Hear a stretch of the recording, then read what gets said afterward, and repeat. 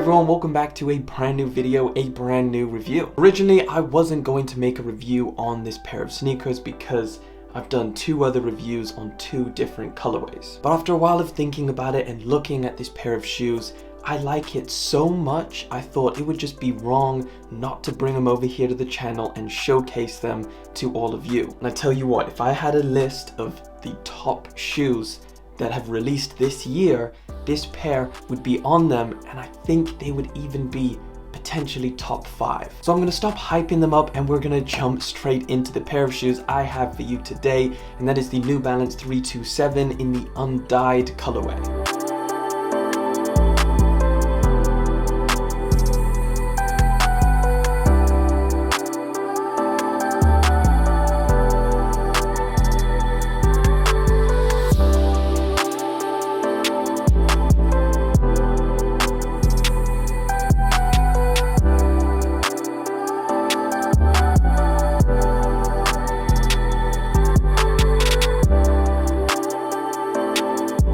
Alright, so you can see we have the New Balance box, all grey or like a darker grey with the NB logo, and of course you have New Balance over there. So you have the sizing tag on the side. So these are actually pretty different to other 327 models. And of course we're going to get into all of those differences, but here you go, the New Balance 327 undyed.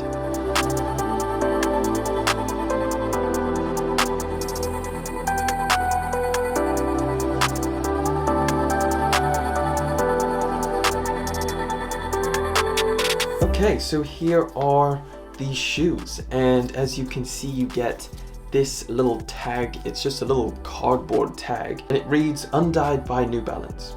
No added color means less water, energy and waste. Celebrating materials in their natural color and highlighting the importance of creating a more sustainable future. So yes, that is going to be one of the main differences about this shoe. It's almost like every single company now making sneakers has some kind of sustainable way of creating a pair of shoes. Of course we have Nike with the Space Hippie line, and of course we have Adidas and what they're doing with Parley for the Oceans, and now New Balance stepping into the undyed game with this beautiful colorway.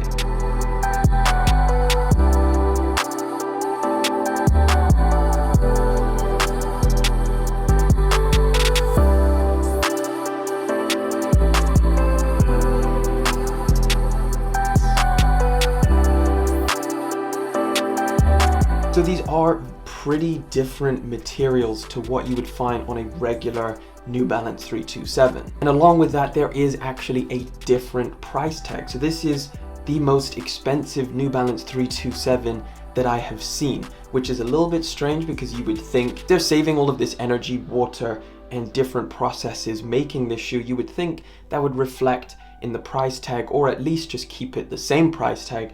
But these go for £100 here in the UK and £100 out in the US. So yes, it is a little bit more expensive.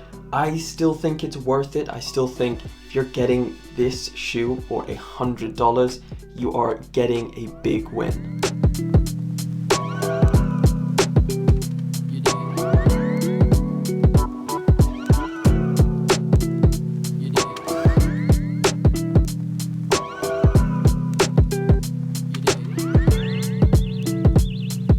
The New Balance 327 kind of ranges in price from colorway to colorway. I know there's quite a few different materials that has been used, just literally varied from colorway to colorway. I've had one that's had almost a nylon material for the base upper. I've had others which has been just kind of a regular meshing, and this one is definitely different.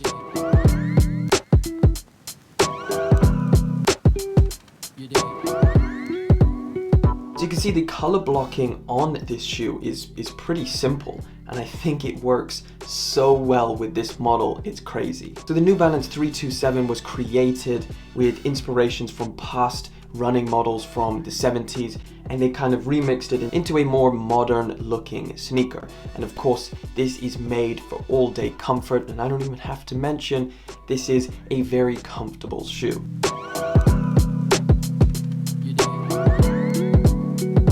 I loved this sneaker model from the moment I saw it. I was super attracted to the design and just the general look of it. It looks so cool.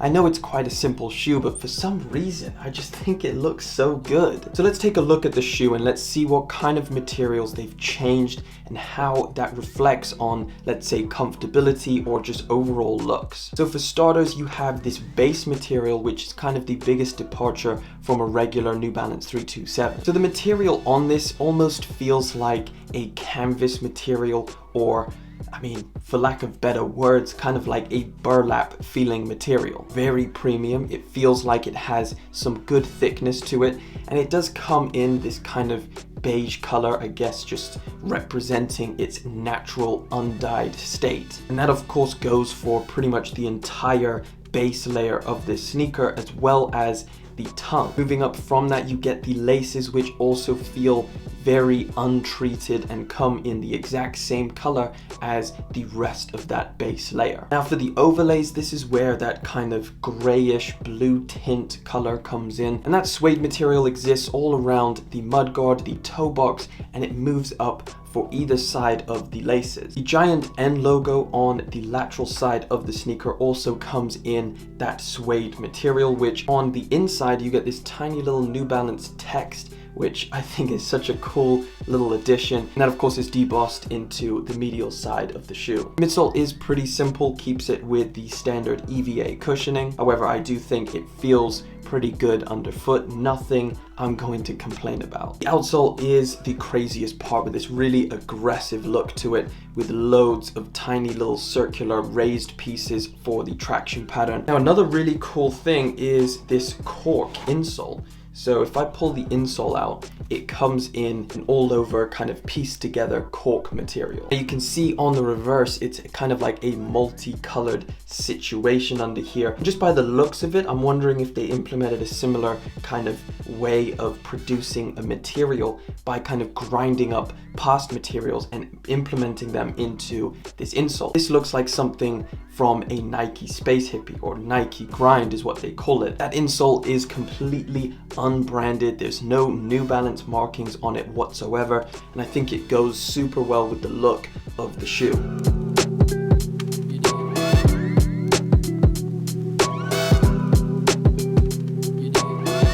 At the top of the tongue, you get another piece of that suede material, which features the NB logo, which is debossed as well. Now another thing I didn't mention is that this is a woman's sneaker, so this is going to come in woman sizing, which of course means if you are shopping in US sizes, you want to go a size and a half up from your true to size. However, if you're shopping in either EU or UK sizing, just go your normal size run. And again, my recommendation for this is going to be getting your true to size. For me, this fits perfectly fine, even though it looks very narrow. I don't particularly find that. I think that it's a pretty decent fit overall. And comfortability and wearing it, you know, I thought potentially the materials might affect the comfort I had with previous colorways. However, I don't feel that whatsoever. It still feels really, really great on foot. But that pretty much wraps it up for the New Balance 327 in this beautiful undyed colorway. Of course, let me know what you think about these down in the comment section. And like always, thank you so much for liking, commenting,